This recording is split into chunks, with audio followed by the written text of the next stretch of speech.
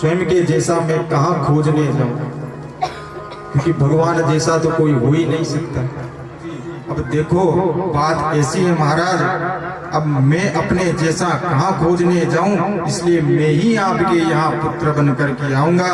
महाराज मनु कहने लगे, प्रभु एक बात बताइए, हम लोग तो ना समझ हैं, बड़े अज्ञानी हैं।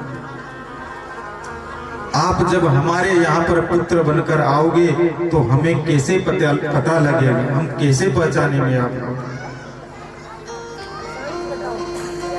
ठाकुर जी तो कहने लगे, हम तो अभी से आपको पिताजी बोलते हैं, प्रेम से बोलो जय श्री राम। प्रभु एक विनती है आपसे, आप जब भी पुत्र के रूप में पधारो ना, तो आपके चरणों में हमारी इतनी निष्ठा बनी रहे, इतना प्रेम बना रहे कि आपके बिना हम जीवित ही ना रहे, और आपके वियोग में ही मैं प्राण त्यागूं, ऐसा आशीर्वाद देना। प्रेम से बोलो जय श्री राम। आपके वियोग में ही मैं प्राण त्यागूं, और कोई आकांक्षा नहीं है प्रभु, यही कामना है।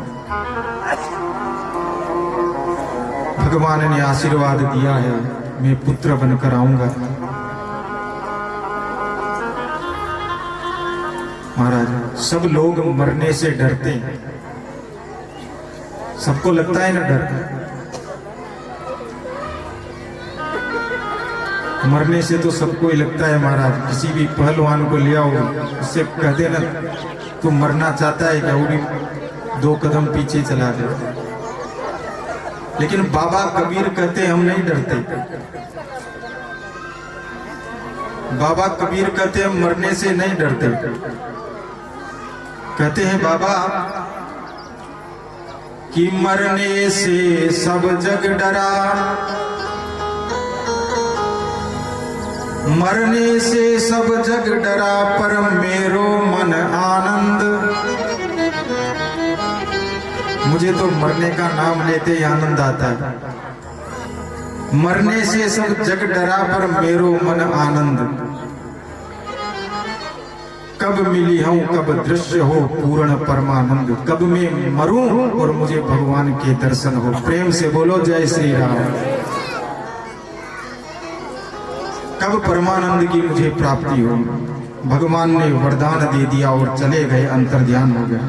शंकर जी कहते हैं, देवी एक कल्प में स्वयंभू मनु ही दशरथ जी बनकर आए हैं। स्वयंभू मनु ने अपना शरीर छोड़ा, इंद्र की अमरापुरी को चले गए, कुछ दिन वहां पर निवास किया, और फिर वही राजा मनु दशरथ जी बनकर आए हैं। माता शत्रुपा कौशल्या बनी है, और परब्रह्म परमात्मा ने राम रूप में इनके यहाँ पर अवतार लिया। प्रेम से बोलो जय श्री राम।